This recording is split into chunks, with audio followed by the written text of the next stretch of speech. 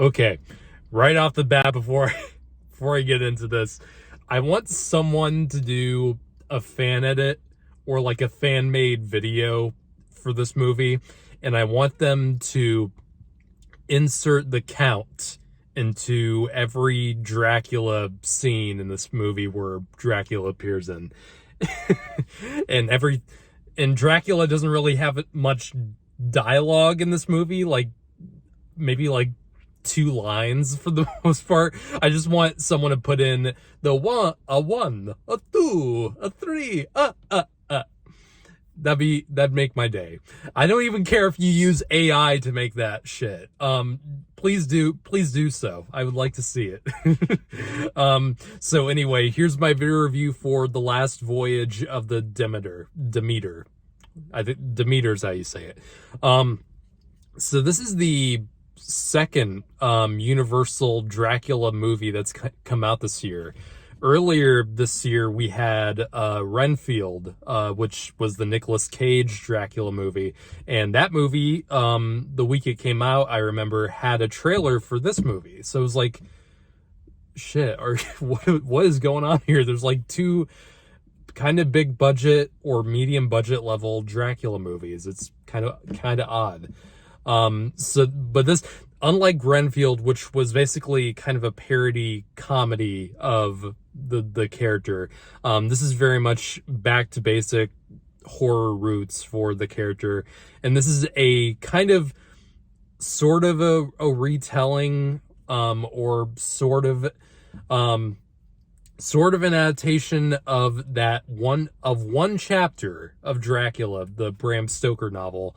And that's of course the if you know any Dracula story, because it's been told like hundreds of thousands of times, there's always a chapter, there's always a scene or two of any Dracula movie where he gets transported from Romania or Transylvania, and then he gets taken to London, and then the story picks up from there. And usually those scenes in every Dracula adaptation usually take up maybe like 5 to 10 minutes of screen time at most. And usually they're very quick and they just kind of gloss over it. But this movie is pretty much that entire like segment of the book stretched out to a feature-length movie, which is kind of fascinating because this is essentially like a feature-length movie based on like a short story, kind of like how The Black Phone or recently this summer with The Boogeyman, those are feature-length movies based on very short material. This movie is very much that, like, it's a very kind of a short amount of content adapted into like a feature-length movie, and sometimes it's actually worked. Like The Black Phone, I think, worked very well with that. The Boogeyman, not so much, but I thought the movie was still okay. This movie, because I mean, how many, like I said, there's so many versions and adaptations of Dracula of every kind you can imagine, not just in terms of movies but TV as well. Dracula is one of the most like told stories ever in the history of fiction. And there's so many different ways you can look at the character of Dracula. Of course, probably the most famous and iconic version of Dracula is, of course, the Bela Lugosi version from the 30s movies, which very much portrayed Dracula as the mastermind, the very subtle mastermind who was very charismatic, but he didn't really need to show you much of his power. He just kind of exuded that. And then you get probably my favorite adaptation or iteration of Dracula, which is the Francis Ford Coppola version with Bram Stoker's Dracula from 1992. and that version had Gary Oldman as Dracula. Probably my favorite version, just because it less views Dracula as the villain or the horror icon that usually is always portrayed as, and more of a tragic love story, because Dracula in that version at least is a lost soul, because of that character feels like he was betrayed by the god he once adored, and has pretty much turned his back on all of religion, and is desperate to find his love again. That is definitely my favorite in the version of Dracula that I always kind of latch onto. Less the horror, more monstrous version, and more of the tragic and very almost humanized version of the character. And then you always have the parodies and the more goofy iterations, like with Nicolas Cage in Renfield. And I can enjoy a lot, like pretty much either of those versions that you get of Dracula, if it's done well, and you can always do it well. There's always just versions that I latch on to more. But with Last Voyage of the Demeter, Dracula is not portrayed with any humanization at all. He is, in this movie, and the director put it this way, he is basically an addict for blood, like a drug addict or a junkie. There's no humanity in this character whatsoever. He is strictly the monster in this segment of the book. And that's pretty much what he is in this movie, at least. He is just out to kill and feed. And it is kind of refreshing, after we've gotten a lot of those three versions. It is kind of cool, at least, to get a version of Dracula that has nothing good, pretty much nothing good in him, and is basically just there to feed. He's basically like the xenomorph in Alien, or even the shark from Jaws, just an animal. But for me, at least, that version I don't really care much about, because there's not really much of a character in Dracula when he's like that. And so I personally found this movie just kind of meh. I just found this movie very kind of boring for the majority of it, and I didn't really find that much to it, other than it's just a thriller, and these people trying to survive with Dracula on board of ship.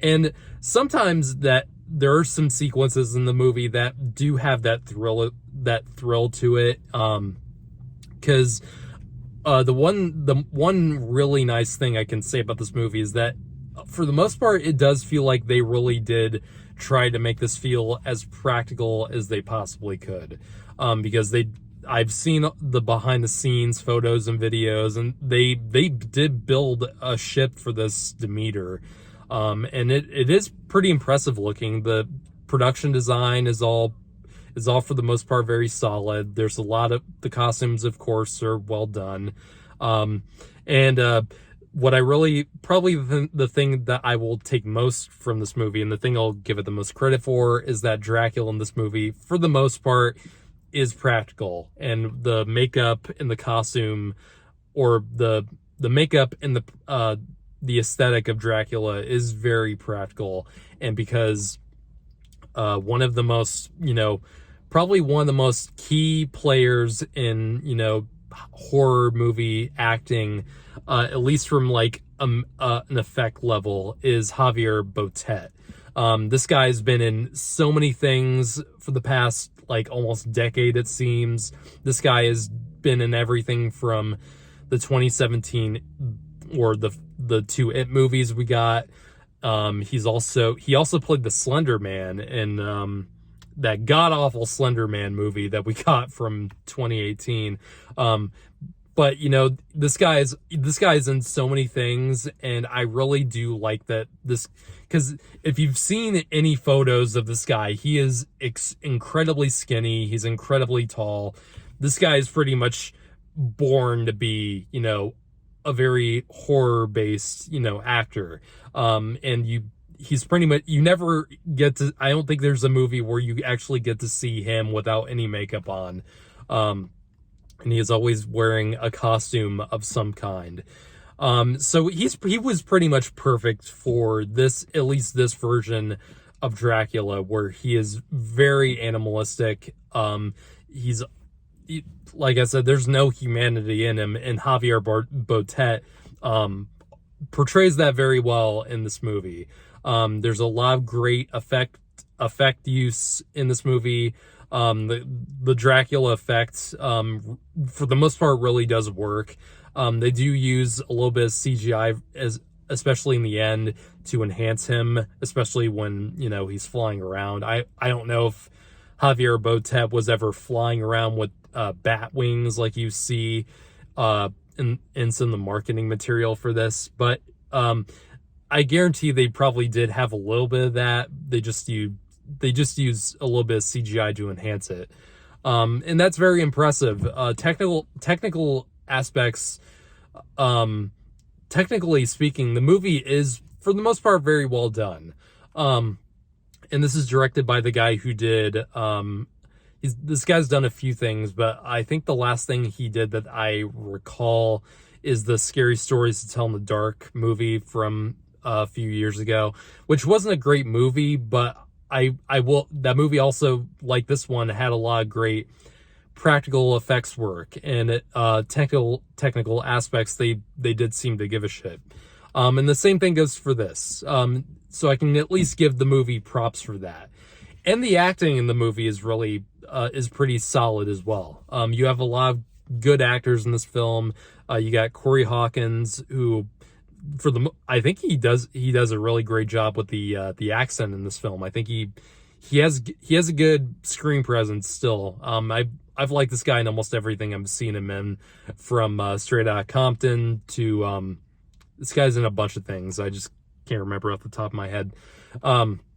You also have Liam Cunningham, I think is his name. You've seen him in Game of Thrones. Always a good, very almost not Broadway, very thespian kind of actor. Always nice to see him doing stuff. He always brings a good believability and a good weight to everything he's in. And you also have a guy who's in almost fucking everything now. That's David Dastmalchian. I don't know how to pronounce that guy's name, his last name. This guy's in so many things, especially this year. You just saw him in Oppenheimer. He's in The Boogeyman 2. He's also Polka Dot Man from Suicide Squad. This guy is in so many things, and I really like him. I really like him a lot. And he's kind of a different character in almost everything he's in. Either he can go from very creepy to very likable in Suicide Squad. And he can also go to this movie where he's the secondhand captain in the ship, and he's kind of a hard ass. He's very serious of what he does, and David does a really great job with that. The problem with this movie, though, is that you don't really give a shit about any of the characters in this movie. And you don't really learn that much about them. You don't really know what their goals are. I mean, the most the movie seems to give you is that they want to get to London as quickly as possible because they're going to get bonuses for getting there. And that's kind of it. Like, there's not really any kind of drive for the characters except we got to get the ship to London so we can get our money's worth.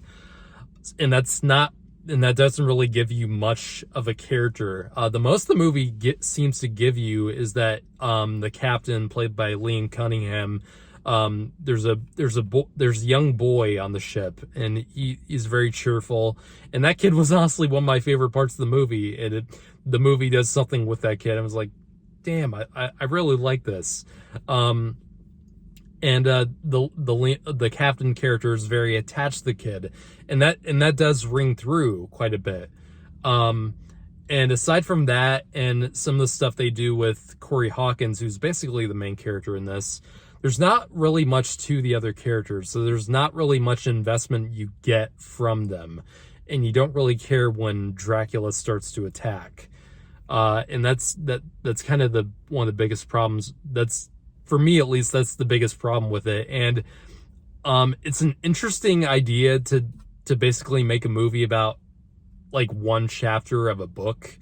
But I don't think it really works here because, for one, the movie, strangely enough, tries to set up a sequel, which I don't know why they did that, because I mean, everyone knows that where the story goes from there. It's like, are we really gonna see any of these characters ever again? I'm not gonna spoil who lives and who survives, but it's like, why would we give a shit to see any of these people again? It's like, we know where the story goes from there. If you've seen any version of Dracula that's ever been told, it's like, why did they do it that way? That was stupid. And for another thing, it's like, I mean, I don't want to say that they use the word predictable, but it's like, we kind of know where this is going, from where it starts to where it ends. If, like I said, if you've seen any version of Dracula, you kind of know what's going to happen. So it's just kind of like, you're just going through the motions, and, you know, sometimes you get a cool kill scene.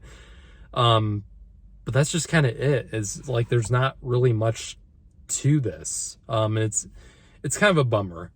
So I don't really have that much else to say about this movie. I mean, if you just kind of want to see a movie with this kind of version of Dracula, which is kind of refreshing, this is a very different version of Dracula. So, I mean, if you want to have something different with that character and want something more horror related with Dracula after Renfield didn't do well at all at the box office, I personally enjoyed a good portion of Renfield. I didn't think it was a great movie, but I did have fun with it. And Nicolas Cage, of course, was for me at least worth the ticket price alone, just for seeing him play Dracula. This movie, I just don't think had much enjoyment for me. And technical aspects aside, because I think they did do a fine enough job with that, but there's just not really much to this, and for me, it just feels kind of pointless. So I'm gonna give the movie like a 4.5 out of 10. It's not the worst horror movie this year, but it's definitely not one of the best, and it's just kind of very, very mediocre. So if you guys have seen, which I know this movie's not doing well at the box office right now, if you guys have seen this movie, what did you guys think of it? And let me know.